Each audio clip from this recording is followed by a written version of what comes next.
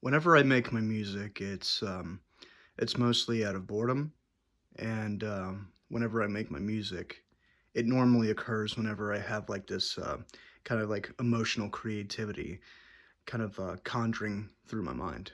And I end up. It's kind of like a dream journal. You wake up in a dream, you write it in your journal, try to find a depiction of it. You're very interested. You remember the dream for such a long time, or you're one of those people who if you're a writer and you're in the shower and you have a good idea, and then you immediately get out of the shower and then start jotting ideas down for said book. And I think it's a good. It's one of those things. So whenever I feel angry, depressed, happy, sad, I normally go straight to the music. But it mainly happens when I have nothing to do. And when I have nothing to do, the more I think and the more the juices flow. And so for the purpose of sad, not sad, Jesus, okay, which is the theme of this video, um, it's one of those songs I didn't expect to have such a deep theme when I was creating it. It's one of those things where I had like a synth, like a very happy kind of sounding synth, but it has like this melancholy feeling.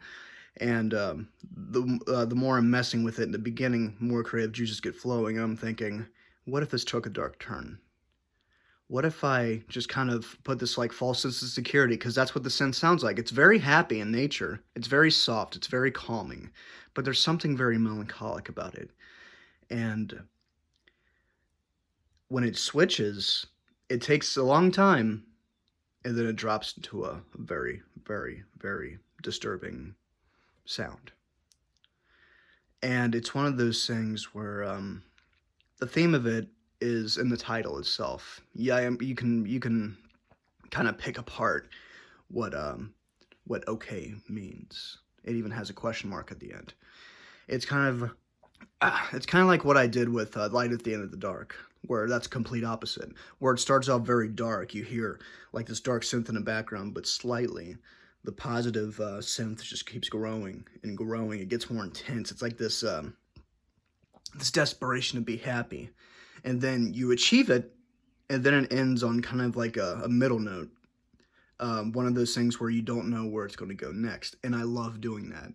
That's it. It became one of my favorite things to work on, and a lot of people really like it, and that's really cool. For the sense of okay, it is exactly how it is. Kind of like a person, like on the very surface level, a person can be very happy. They can show you they're very happy, but you can tell on their face that when they're alone in their thoughts, they're not very happy. It's kind of like this, kind of like forcing a smile. Is kind of like what okay is about, and you can hear that in the beginning, and I wanted to create like a complete happy song out of that because I thought the synth was great. I thought I made something pretty freaking cool, but I like the way it turned out. I really like the way it turned out because it speaks a lot to the human psyche, especially when it comes to me, and it can speak a lot to other people. And whenever I do this music afterwards, I'm in this weird messed up state of mind, whether it's a happy or like angry song. I end up with like this high anxiety. Number one, because I want the song to sound as good as it needs to be, and number two, I just want I just kind of like go through these emotions, and whenever, like for example, one of the angry ones, one of like the violent sounding ones, I want to make like a Kiri Yamaoka Silent Hill music out of. I love doing that stuff, like the Nine Inch Nails industrial stuff, but I always feel like really weird after that. Like I've went through something. I vented, and that's very healthy. And the unfortunate side of it is anxiety and blood pressure, and I have to adjust that by drinking warm water every once in a while because it goes up and up. But you know what? It's for creativity, and at the end of the day, that's all that matters. But yes, okay, it starts. Well, talking myself in circles. Surface level, someone's very happy. They're expressing it. They're expressing that they're happy, and then they probably actually do feel happy. But it's a song that gets deeper and deeper. There's more depth to it as it goes. It's kind of like the beginning of Blue Velvet. You know what I mean?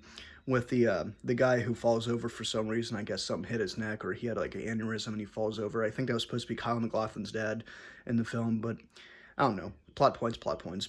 Doesn't matter. What I'm trying to get to is after this dude has an aneurysm, you're hearing happy music and all that, but then it focuses on the ground for some reason, and David Lynch shows the underneath, as if like the town in the movies, dirty underneath. So it kind of goes into like this underground setting where you're seeing a bunch of worms like crawling around, and disturbing music comes up, and then it disappears, as if like a subtle hint of what's to come, or a subtle hint of what you can imagine is going to happen or has happened, or you can basically just kind of like sum this town up with those 30 seconds of time. And it's kind of like one of those things I did to OK. And so yeah, I thought it'd be interesting to explain some songs if I need to. Some of them don't need to be explained. Some of them is just literally just ideas just coming out of the woodwork. If it works, it works. If it doesn't, it doesn't. But at the end of the day, I just make it the way I do. So thank you all very much for watching. Thank you for listening to me ramble on about a song that just out of nowhere. So yeah, thank you all very much for watching, and I'll see you in the next video. Goodbye, ladies and gentlemen.